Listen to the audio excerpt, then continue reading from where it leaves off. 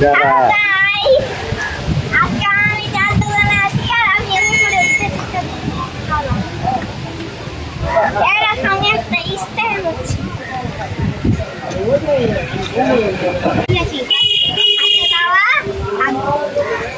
এরকম করে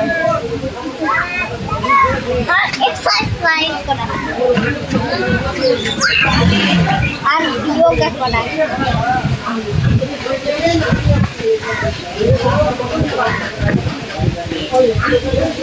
ক্যারাটে করা